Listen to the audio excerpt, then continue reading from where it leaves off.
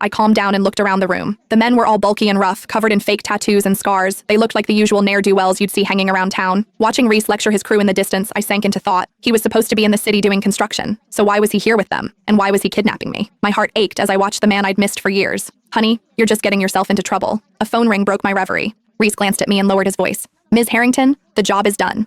Ms. Harrington? Sky Harrington? Wasn't that the sister I'd been swapped with? Did she hire Reese to kidnap me? I immediately perked up my ears. Don't worry, we didn't hurt her, just gave her a good scare.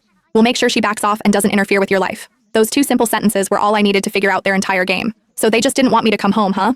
I rolled my eyes. Since my life wasn't actually in danger, I had nothing to fear or worry about. My priority now was to give my clueless, wife-blind husband a good lesson. Once he hung up, I kicked the skinny guy next to me, Mac, signaling him to rip the tape off my mouth. Mac, clearly eager for more entertainment, actually did it. He must have wanted to see what I'd do to Reese next. The moment my mouth was free, I deliberately cleared my throat. Honey! The syrupy sweet sound instantly made the surrounding men turn red, trying to stifle their laughter. Reese's broad shoulders tensed. He turned back, his expression tight. I told you not to call me that. I pouted with a wicked glee. Why are you so mean? I'm thirsty. Even a kidnapper can't let the hostage die of thirst, can they? I put on my best hurt expression. Reese took a deep breath and tossed a bottle of water, which landed right beside me. Thinking about how he'd abandoned me for so long, I fluttered my eyelashes. Oh dear, I'm all tied up, I can't get it. Honey, come help me.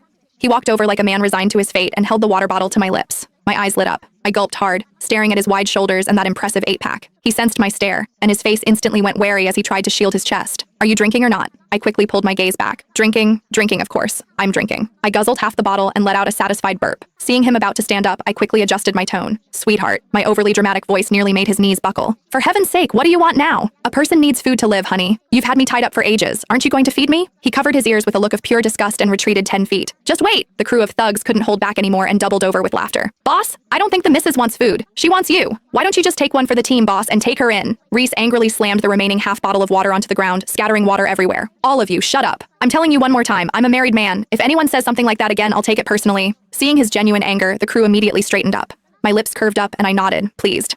My husband might be a little dense, but he certainly had high standards for fidelity. Reese must have felt my gaze because he spun around, his eyes narrowed menacingly. Take her into the back room. I'm going out to get food. The men immediately ushered me into the inner room. I wrinkled my nose. You want me to sleep in this? Mac raised an eyebrow, a suggestive smile on his face. This is the boss's room, a private room, and only one bed. Oh. I gave him a knowing look and smiled back. Don't worry, buddy. When this is all over, the missus won't forget your help. I sat down quietly. After what felt like ages, just as I was about to fall asleep, Reese finally returned. Here, eat this. Looking at the bag of bagels and hard-boiled eggs, I felt a momentary softening of my heart. Feed me. His face darkened, and he was about to blow up, but I held up my hands, which were still tied together. I'm tied up like this, and you expect me to peel an egg myself? He was stumped. He reluctantly sat down beside me.